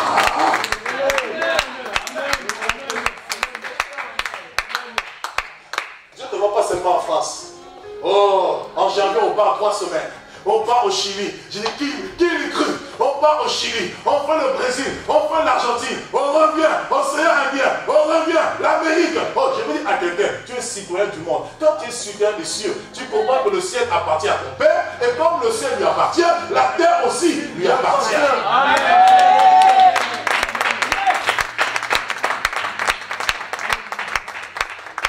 Quand tu bloques Dieu à la France parce que tu vois les yoplait Yahoo. Mais frère, Dieu n'est pas dans les yoplait, Dieu n'est pas dans les Yahoo. Amen. Ah, on va me refouler alors. Si on te refoule, on te rend service. C'est que Dieu estime que ton temps est fini. Amen. Dieu estime que ta mission est finie. Amen. Écoutez, on a dit à Jésus, ne va pas à Jérusalem et Hérode cherche à te tuer. Jésus dit quoi? Allez dire à ce renard. Oh, le prochain maison c'est le renard, il faut marquer ça. Allez dire à ce renard, je travaille un jour, je travaille 2 jours, et le 3e jour. Allez dire à ce renard. Allez, le renard, on a beaucoup de renards. On va s'en occuper. Allez dire au renard, nous sommes encore là. Il nous croyait mort hier. Allez dire au renard, nous travaillons aujourd'hui, nous travaillons demain. Quand le temps arrivera, nous partirons. Amen, amen, amen. Tu es immortel. Personne ne peut t'éteindre. Personne ne peut te tuer. Amen. Ne laisse personne t'éteindre. Ne laisse pas les soucis de la vie t'éteindre. Ne laisse pas les moqueries des hommes t'éteindre. Ne laisse pas les critiques. Ne laisse pas ce que les gens disent de toi. Oh frère, ce qui est important pour toi, c'est ce que Dieu dit de toi. Ce que Dieu dit de toi, c'est que tu es un plus que vainqueur. Ce que Dieu dit de toi, c'est qu'il a mis l'esprit de force en toi. Ce que Dieu dit de toi, c'est que tu es une femme stérile. Ce que Dieu dit de toi, toi, c'est que tu vas te multiplier. Ce que Dieu dit de toi, c'est que tout lieu que foule la plante de tes pieds, il te le donne. Amen. Possession. Amen. Papier. Tu as limité ta vie à un bout de papier. Que demain même on peut t'enlever sans ton destruction. Dis à ton voisin, citoyen du monde. La terre est à mon père. La terre est à mon père. Quand le temps est fini en France, Dieu t'envoie en Chine. Ni hao, tiens, t'en prends. Alléluia.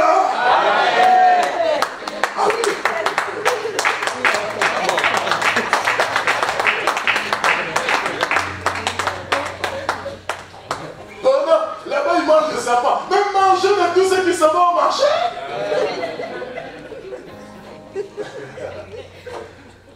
Est-ce que vous comprenez? Vois loin avec Dieu. Vois grand avec Dieu. Amen. Les problèmes de la vie ne peuvent pas t'étouffer. Tu es un plus que vainqueur. Et quand tu rentres dans cette identité de plus que vainqueur, où tu comprends que Jésus a déployé les dominations, il a triomphé sur le plan spirituel. C'est pourquoi il dira, tout pouvoir m'a été donné dans le ciel et sur la terre. Il dit quoi maintenant? Moi je vous envoie. Parce qu'il sait maintenant, plus rien ne peut nous arrêter. Plus rien ne peut nous éteindre. Que les hommes nous critiquent. C'est pourquoi vous allez voir dans Acte 5, lorsqu'ils vont flageller les apôtres, ils vont les défendre de parler du nom de Jésus. La Bible déclare, ils vont se rassembler. Père, créateur du ciel et de la terre, vois ce menace, vois ce tumulte parmi les rois de la terre et les princes qui se sont ligués contre ton roi. Mais donne à tes serviteurs d'annoncer ta parole avec puissance, qu'il y ait des miracles, qu'il y ait des guérisons, qu'il y ait des délivrances pour attester aux hommes, malgré leur interdiction, que toi tu es au-dessus des hommes, que toi tu es Dieu et personne ne peut arrêter Dieu. Amen. Parce que Dieu est avec toi, personne ne sera contre toi. Amen. Oh non, je veux que tu comprennes, tu es plus qu'un vaillant héros. Je veux que tu comprennes, tu n'es pas simplement un vainqueur. Un vainqueur, celui qui lutte sur la terre. Or, nous ne sommes pas seulement vainqueurs sur la terre, mais nous sommes aussi vainqueurs en esprit. C'est pas lorsque tu meurs, la mort ne peut pas te retenir. Parce que l'esprit, le monde de ténèbres a été vaincu. Mais il reste aussi le monde terrestre, là où tu vis. Jésus a vaincu le monde physique. Il a vaincu aussi le monde spirituel, afin que rien ne puisse te nuire. C'est pourquoi il dit, je vous donne le pouvoir de marcher sur le scorpion, sur le serpent, sur toute la puissance de l'ennemi, et rien. Amen.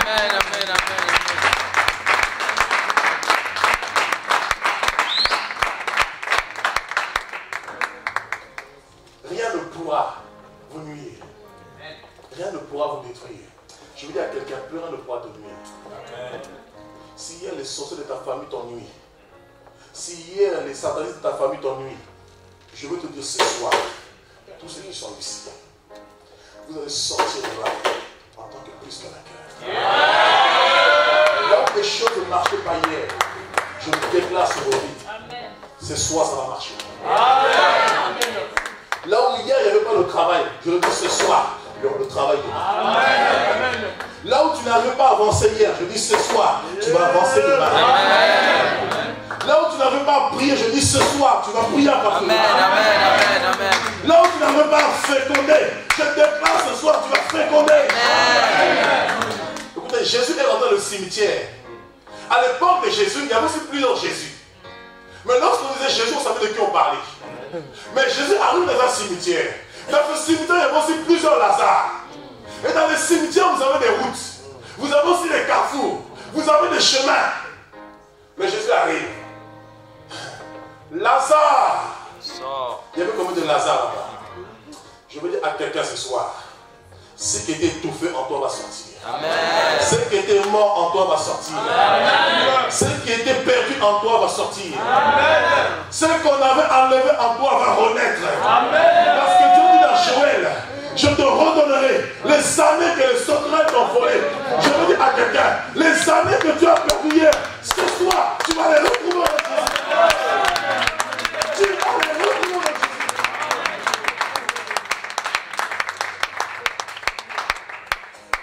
Oh oui. Il faut que tu rentres dans ton identité. Tu es plus que vainqueur. Hier tu étais timide, oui. Hier tu étais peureux, oui. Mais aujourd'hui, ce soir, tu vas sortir de ce lieu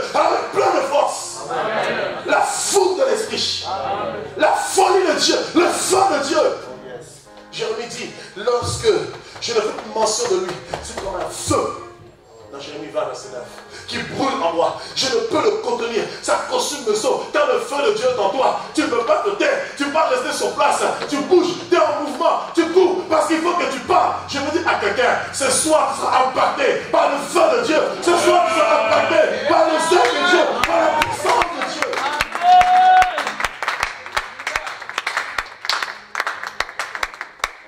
Parce que tu es un plus que vainqueur. Amen. Tu as remporté une victoire immense. Pourquoi? Hébreux 2, verset 14.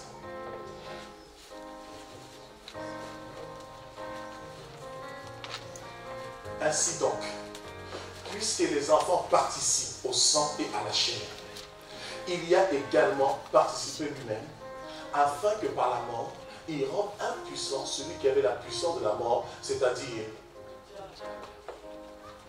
ainsi, il délivre tous ceux qui, par crainte de la mort, étaient toute leur vie retenus dans la servitude. Donc, c'est-à-dire que Jésus est venu vaincre Satan, puisque les dominations au ciel, c'est des dominations en fait qui appartiennent à Satan. Ce sont des anges déchus que Satan contrôle. Donc, il est venu s'attaquer à leur maître, afin que tous ceux qui étaient dans la servitude soient délivrés de la servitude, de la mort, de la crainte, de la peur, afin qu'ils aient une vie excellente, une vie puissante, un témoignage puissant.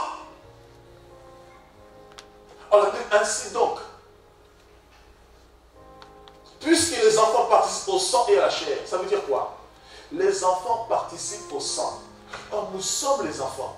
Selon tu sais qu'il est écrit, me voici moi et les enfants que tu m'as donnés. Nous sommes les enfants et nous participons au sang. Or, le sang, selon, quand ça s'appelle Lévitique 17, 11, le sang c'est la vie. La vie de toute chair se trouve dans le sang. Donc, le fait que nous sommes enfants, fils, nous ne prenons pas au sang, ça veut dire littéralement, nous ne prenons pas à la vie de Dieu. Donc la vie que nous avons, ce n'est plus la vie de nos pères. Ce n'est plus le sang de ma mère. Ce n'est plus le sang de mes ancêtres. Mais c'est le sang de Dieu. Le Zoé de Dieu. La vie de Dieu. Le sang divin. Le sang qui crie mieux que le sang d'Abel. Amen. Donc ça veut dire de manière que Jésus a triomphé des ténèbres. Tu as cette vie en toi. Tu as cette vie en toi pour triompher sur les ténèbres, pour triompher sur la mort, pour triompher sur les persécutions, pour triompher sur les combats, pour triompher sur les épreuves, pour triompher sur les soucis. Et je veux te dire quelque chose, quand tu rentres dans cette identité, plus rien ne pourra t'arrêter. Chômage ou pas chômage, Jésus est vivant, Jésus est Seigneur. Je sais une chose, ces choses ne m'empêcheront pas de servir Dieu. Et lorsque tu rentres dans cette identité, le chômage de lui-même, il va te fuir. Vous savez, les gens qui meurent avant le temps, c'est les gens qui ont peur de la mort. Quand tu n'as pas peur de la mort te fuit. Amen. Écoutez, Job a dit, ce que je crains, C'est ce qui m'attend. ce que je redoute. C'est ce qui m'arrive. Allez, tu as raison. C'est ce qui m'arrive. Les lecteurs, ce que je crains, C'est ce qui m'atteint. ce que je redoute, C'est ce qui m'arrive. si tu as peur de la mort, va venir. C'est quand Jésus donne l'assurance. Celui qui croit en moi vivra même s'il meurt. Mort, tu ne me toucheras pas. J'ai une mission à accomplir. Tant que je n'ai pas accompli ma mission, que Dieu m'a assignée, je ne mourrai pas. Ce n'est pas un homme a dit, je ne mourrai pas, mais je vivrai. Oh, tu as des œuvres à raconter. Tu dois sortir des CD. Tu dois enseigner beaucoup d'âmes. Tu dois toucher les nations. Tu dois sauver beaucoup d'âmes. Les gens doivent écouter la sagesse de Dieu en toi. Les gens doivent voir la gloire de Dieu en toi. Les gens doivent voir les merveilles de Dieu en toi. Les gens doivent voir la restauration en toi. Les gens doivent voir la différence en toi. Je te dis ce soir, tu ne mourras pas. Je te dis ce soir, tu vas vivre. Je te dis ce soir, tu rentreras dans ta destinée. Amen. Oh mon Dieu. The fire of God. Les enfants participent au sang. C'est-à-dire quoi? Tu participes. Participer veut dire prendre part. Donc tu prends part à la vie de Dieu. Comme tu prends part à cette vie, Les ténèbres ne peuvent rien contre toi. C'est pourquoi maintenant marche avec assurance. C'est pourquoi Paul peut vous dire, je sais en qui j'ai cru. Oh, tu dois te fier de ton Dieu. La Bible déclare que nous n'avons pas de cité permanente ici-bas. Oh frère, que tu aies une maison ou pas, que Dieu soit béni. L'autre achète une maison, toi tu loues, c'est pareil. L'important c'est de dormir quelque part. Amen. Et même si je n'ai pas de maison, je n'ai pas de toit, je vais à Décathlon, je prends une tente au Quechua, je dors. Amen. Abraham, le père de la foi, dormait dans une tente. Amen. Même pas Quechua. Parce qu'à l'époque, Décathlon n'était pas encore là. Amen.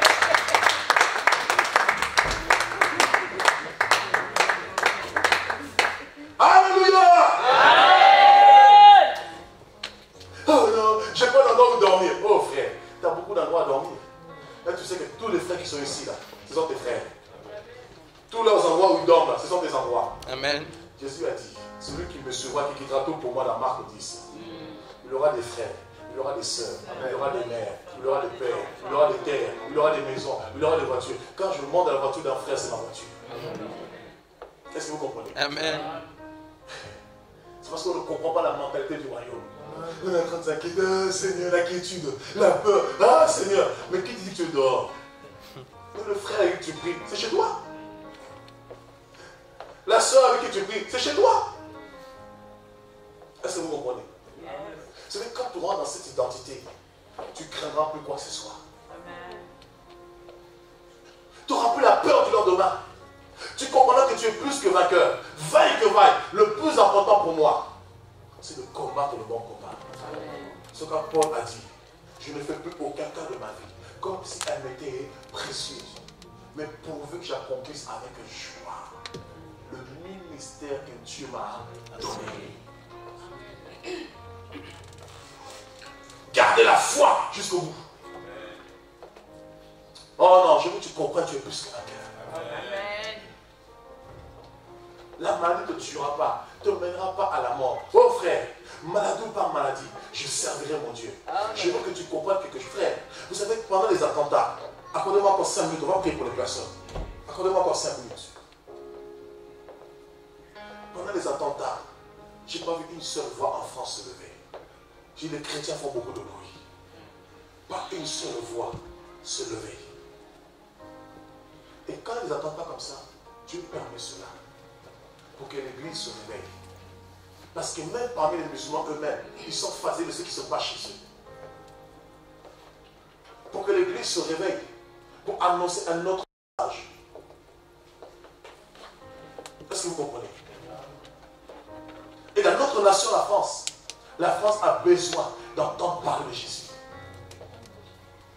La France a besoin de ce message de restauration, de paix.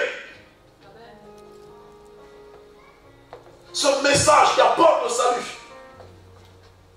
Et c'est le rôle de l'église. Chacun pour sa part. Et nous avons une mission. Nous sommes citoyens des cieux, frère.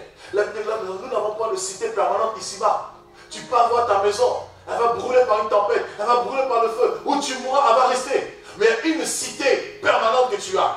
Inébranlable. Donc Dieu lui-même est l'architecte. La cité que Abraham attendait. Qui a des fondements solides. C'est dans Hébreux 11. Sur la terre, tu es en mission. Tu es une personne en mission. Tu es un missionnaire. Amen. Et ta mission, c'est de révéler Yoshua à travers tes chants. Lorsque tu chantes, les vies sont transformées. Lorsque tu chantes, les démons quittent le corps. Lorsque tu chantes, les malades sont guéris. Les cœurs brisés sont consolés. Voilà ton ministère. Lorsque tu parles, tu communiques la vie de Dieu. Amen. Alléluia. Amen. Et Dieu nous donne dans cette dimension de plus que vainqueur. Qu'on réalise que nous sommes de plus que vainqueurs. Le monde ne peut rien contre nous. Jésus a dit, prenez courage, j'ai vaincu le monde. Mais il n'a pas seulement vaincu le monde, mais il a vaincu aussi les dominations, les principautés, les esprits méchants. Il les a dépouillés, il les a livrés en spectacle. Amen. Même Jésus dépouille les gens.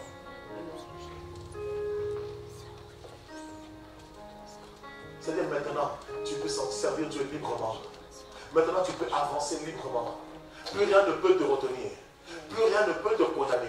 C'est quand Paul pose des questions. Il met des interrogations. Qui condamnera les élus de Dieu? Point d'interrogation. Donnez-moi la suite. La suite. Qui accusera les élus de Dieu? Personne. Pourquoi? Parce que c'est lui-même qui est accusé. Écoutez, dans Apocalypse 12, lorsque nous parlons de la scène de la guerre, où nous le voici tomber, c'est lui-même qui est accusé nos frères. Or, une fois que Dieu, il est accusé pourquoi? Parce que c'est lui qui dominait sur nos frères, qui dominait sur nous par la semence du péché. Et comme Jésus l'a vaincu, il ne peut plus nous accuser parce que nous sommes sanctifiés. Nous ne sommes plus de sa race, de sa nature. Donc plus rien. Qui condamnera les élus de Dieu? Qui accusera les élus de Dieu? Personne. Personne. C'est là que Paul dit. Désormais, il n'y a plus de condamnation. La condamnation qui nous empêchait de voir le ciel. Dieu a brisé cela. Nous sommes maintenant dans l'excellence. Nous sommes plus que vainqueurs. Je veux dire à une femme ce soir. Je veux dire à un jeune homme ce soir. Je veux dire à un homme ce soir. Tu es plus que vainqueur. Amen. Je veux te dire que tu réussiras. Je veux te dire que tu triompheras. Tu triomphes déjà. Mais tu vas le voir physiquement. Alléluia. Ne promène plus de regard inquiet. Ne t'agite plus. N'aie plus peur. Et confiance en ton Dieu. Amen. Ton Dieu agira. Amen. Si même aujourd'hui tu ne vois rien, Jésus a dit, tout est accompli. Il a tout accompli à la croix. Même si aujourd'hui tu ne vois rien, ça c'est pas un problème. Parce que nous ne marchons pas selon la vue. Nous ne marchons pas par la chair. Nous ne marchons pas selon les hommes. Selon 2 Corinthiens 5:7. Nous marchons par la foi. Or la foi est une ferme assurance de choses qu'on espère. Plus tu demeures dans la foi, tu vas rendre visible ce que tu espères par ta détermination. Amen. Oh, Dieu veut des hommes déterminés. Le royaume de Dieu appartient aux violents. La violence, c'est la détermination. Tu dois être déterminé, savoir qui tu sers. Tu dois être déterminé, connaître ton identité. Tu dois être déterminé devant les épreuves. Ne pas t'avouer vaincu. Ah oui, parce que tu es plus que vainqueur. Alléluia.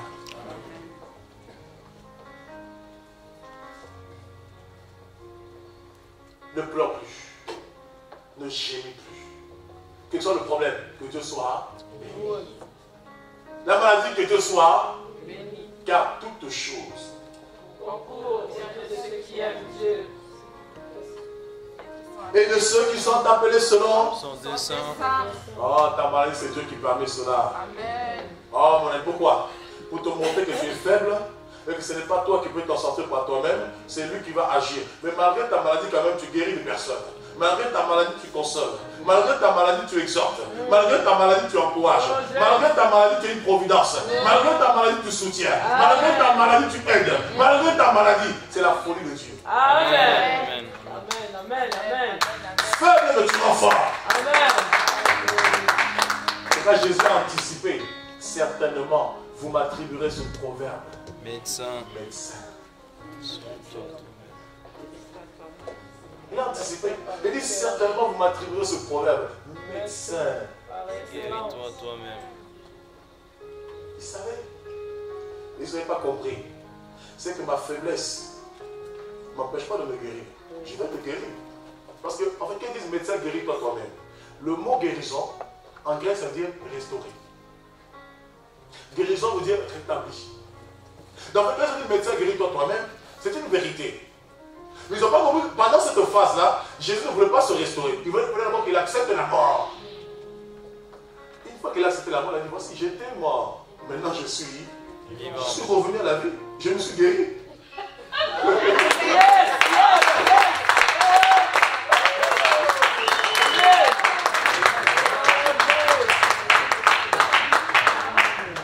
Frère, il faut être dans le langage de Dieu. Si tu restes sur le langage des hommes, tu vas te troubler. Hein, moi, toi, depuis que tu pries, ta vie ne change pas. C'est toujours des problèmes. Toujours ceci, chômage ici, problème là, problème là. Depuis que tu pries, et alors? Jésus t'a dit que lorsque tu pries, il n'y aura pas de problème. Écoutez, dans Matthieu 7, Jésus dit, voici celui à qui il ressemble, celui qui entend mes paroles et les met en pratique. Il est semblable à un homme qui a bâti sa maison sur le roc, le torrent, les vents et la pluie. Les trois choses là. La pluie, ça montre les paroles des hommes. Quand tu bâtis ta vie avec Dieu, les premières personnes qui vont parler, c'est la pluie. La pluie, ça va pleuvoir. Les paroles vont pleuvoir. Après la pluie, vient le vent. Le vent, c'est les démons, c'est les sorciers, c'est les satanistes, c'est le monde des ténèbres. Après le monde des ténèbres, les torrents. Les torrents, c'est les difficultés, les soucis de la vie. Mais Jésus a dit, quand même la pluie vient, les hommes parlent. Quand même il y a le torrent, les difficultés de la vie. Quand même il y a le vent, les démons. Ta maison restera. Amen. Je veux dire à quelqu'un que les satanistes se moquent de toi. Cette année, tu vas féconder. L'année 2016, tu vas rentrer dans l'excellence. Hier, j'ai dit que l'année 2016, le chiffre 6, c'est le chiffre de la naissance, le chiffre de la création. Je veux dire à quelqu'un, 2016, tu vas renaître. 2016, c'est le renouveau. 2016, c'est ton existence.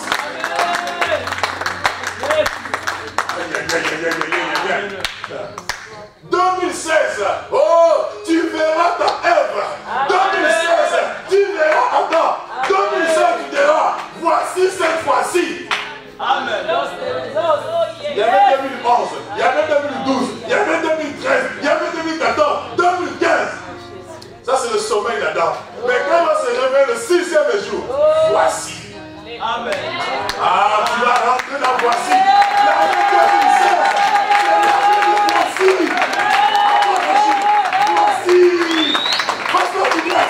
Voici, notre Dieu, voici. Oh, l'année 2016, c'est l'année de voici. Il va te fatiguer de voici. Ma soeur, ça va, voici. Mon frère au chômage, voici. Mon frère n'est pas bien, voici. Mon frère l'élévation, voici.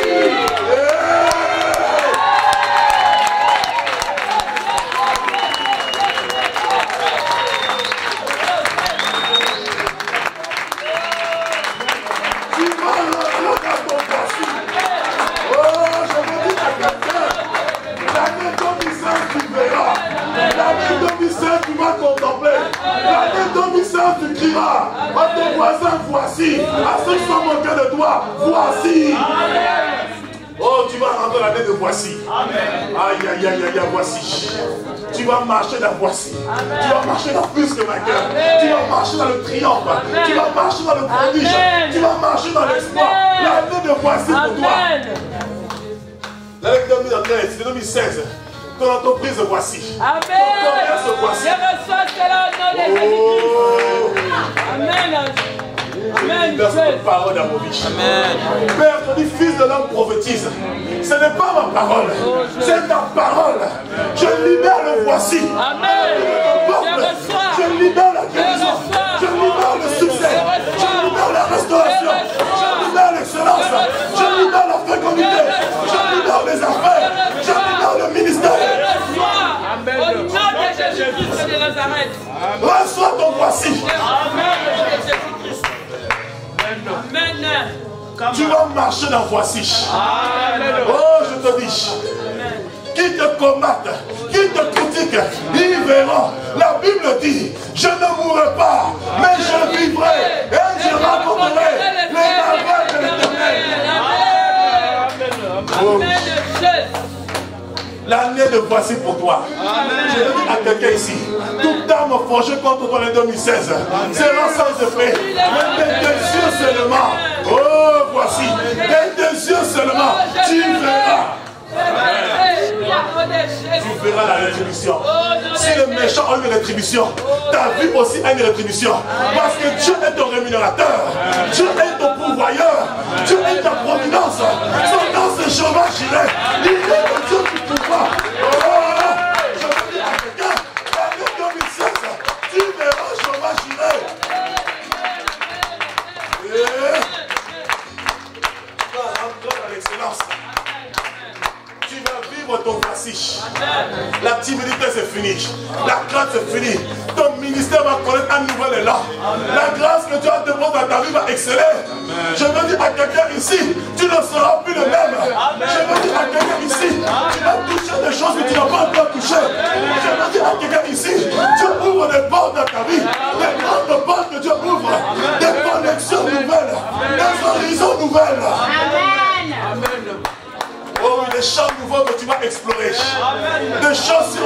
côté, tu ne croirais pas. Des choses qui ne sont pas encore montées dans ton cœur, que Dieu dispose. L'année 2016, Amen. tu vas rentrer la voici. Cette fois-ci, je dis à quelqu'un, cette fois-ci, l'enfant va venir. L'enfant n'a pas prié. Aujourd'hui, ça va prendre. Ici, il n'y a pas de ménopause. Il n'y a que la monopause. On fait une pause, on reprend.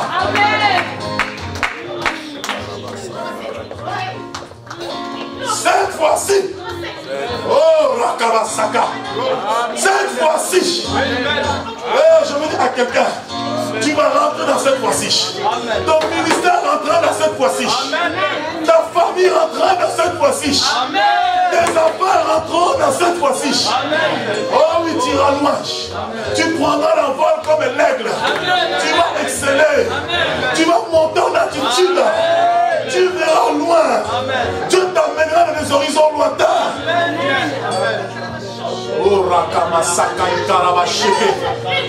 Oh Rakamasaka. Jesus. Oh oui. Je veux te dire l'année 2016. Ça va être le feu. Le feu. La cavalerie de l'Éternel. Le char de feu. Dieu va t'environner de feu. Tu seras un feu. Tu vas bouillonner pour l'Éternel. Tu accompliras des exploits. Tu accompliras des prodiges. Oh oui. Dieu t'ouvrira les yeux pour voir. Dieu t'ouvrira les oreilles pour entendre. Dieu va t'emmener dans des hauteurs. Il rentre de pied, semblable à ceux de biche. Tu monteras sur les hauteurs. Tu monteras sur les degrés. Oh oui, c'est ton année. Ne baisse pas les bras. Ne faiblis pas. Ne fléchis pas les genoux. Persévère. Quelles que soient les montagnes, elles seront aplanies. Car il est écrit, qui es-tu, grande montagne? Oh oui. Pas devant Zorobabel. Le temps de Zorobabel est fini. C'est ici ton temps. Le temps de Noé est fini. Le temps d'Abraham est fini. Le temps de Moïse est fini. C'est ton temps. Qui es-tu, grande montagne? Devant ta vie sera aplani. Oh oui. Tu vas explorer ce qui est à toi. Tu as vu les autres se réjouir hier. Mais aujourd'hui, tu vas te réjouir. La formation que tu attends, tu vas la recevoir. Le travail que tu attends, tu vas le recevoir. Il dit aux autres, mais toi tu rentreras. Tu es un lézard. Tu vas te trouver au palais royal. Là où tout le monde ne rentre pas. La Bible dit, il y a 4 animaux terribles. Dans Proverbe 30, le lézard qui rentre au palais royal. C'est un animal qui est petit, mais il marche devant le roi. Je veux dire moi quelqu'un ici. Tu es un lézard. Tu vas manger devant le roi. Tu vas manger le mets royal. La nourriture que tout le monde ne mange pas. Là où tout le monde ne rentre pas. Là où les autres sont arrêtés. Là où les autres sont freinés. Toi tu avanceras. Toi tu évolueras. Amen. Parce que tu as appelé à avancer de progrès en progrès. L'excellence est pour toi. Amen. Oh oui. Oh fils de l'homme. Prophétise. Confesse cette victoire dans ta vie. Amen. Le succès de ton ministère. Amen. Le succès de ton mariage. Amen. Là où il y avait des combats dans ton couple. Amen. Là où il y avait la division. Là où le diable a voulu se séparer. Je veux dire à quelqu'un ce soir, cette fois-ci, c'est la restauration. Amen. Cette fois-ci, c'est le changement. Cette fois-ci, ça sera plus chérie, tu m'énerves. Cette fois-ci, chérie, je t'aime. Cette fois-ci, c'est la différence. Oh oui. Oh, je veux dire à quelqu'un ici, tu vas monter. Amen. Tu vas monter. Amen. Quand on tire vers le bas, quand on critique, quand on condamne, tu vas monter. Oh, mon frère, prépare-toi. Le frère, prépare-toi. S'il te plaît. Oh, s'il te plaît, il y a une onction qui est là. Oh, mon frère, prépare-toi, lève tes mains. Prépare-toi, prépare-toi. Dieu est en train de t'aiguiser. Dieu est en train de te façonner. Tu passes par un moment où Dieu est en train de te malaxer, où Dieu est en train de te façonner. Dieu est en train de te tuer, en train de te brûler. Parce que tu passes par une étape de préparation. Tu passes par une phase de transition, une phase de préparation. Dieu est en train de te demander. Il est en train de te demander. Prépare-toi. Encore un peu de temps. Dieu va t'emmener à autre chose. Encore un peu de temps. Tu vas découvrir le mystère de Dieu. Encore un peu, recevez-le. Encore un peu, le temps. Tu vas vivre des choses que tu n'as pas vécues. Il y a une onction prophétique sur ta vie. Il y a une onction que Dieu dépose sur toi, jeune homme. Prépare-toi cela. Il y a un appel que Dieu a assigné sur ta vie. Prépare-toi cela. Oh my God, Jesus. Il y a des ministères que Dieu allume. Il y a des feux que Dieu allume. Il y a des feux que Dieu allume. Dieu va t'allumer de plus en plus. Dieu va te positionner de plus en plus, jeune homme. Dieu va te positionner. Ton chemin est tracé devant Dieu. Ta vie est tracée devant Dieu. Dieu va te positionner. Tu vas être une source d'étonnement. Beaucoup seront étonnés par ta vie. Beaucoup seront étonnés par toi. Dieu va exercer ta langue. Dieu va exercer ta bouche. Dieu va exercer ton combat. Dieu fortifie tes mains. Dieu fortifie tes pieds. Parce qu'il va t'emmener à une dimension. Je te vois en train de marcher à gauche et à droite. Je te vois en train d'évangéliser. De plus en plus. Sur s'il te plaît. De plus en plus. Ça brûle sur toi. Prépare-toi sur la gêne. Oh, Rakabasaka. Touch. Oh, Jesus. Touch. Oh, my God. Oh, Jesus. Jesus. Oh, viens. C'est pas là, reste là-dessus. L'onction n'a pas de limite. Oh. Dieu a vu le désir de ton cœur. Dieu a vu cette soif qui est dans ton cœur, jeune fille. C'est la première fois que je te vois. Dieu a vu cette soif qui est dans ton cœur. Il y a ce désir de servir Dieu, ce désir de t'approcher de Dieu. Pendant que je prêchais tout à l'heure, ça brûlait dans ton cœur. C'était comme un feu qui te prenait. C'était comme une puissance qui te prenait. Il y avait une révolution qui se faisait dans ton cœur. Il y avait une révolution qui s'opérait en toi. C'est la révolution. C'est l'esprit de Dieu. L'esprit guerrier, jeune fille. L'esprit guerrier. Dieu va te tailler davantage. Dieu va te tailler davantage. Tu seras comme une trompette. Tu vas alerter.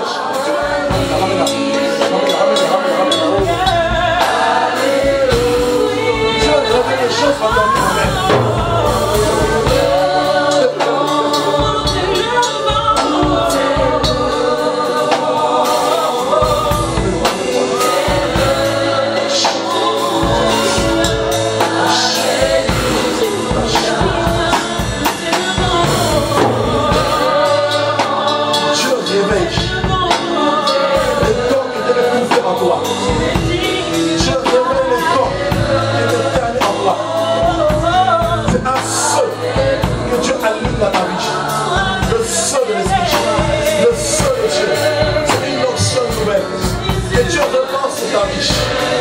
Le découragement t'a fait étouffer l'appel de Dieu. Dieu te fortifie ce soir, jeune fille. Dieu te renouvelle ce soir. Dieu restaure les dons en toi. Dieu te restaure, jeune fille. Parce que tu vas explorer la visitation de Dieu. Tu vas explorer la présence de Dieu. Oh, souvenez-moi la salle, il y a une onction qui se libère. Souvenez-moi la salle, il y a une onction qui se libère. Oh my God, ça libère. Oh my God.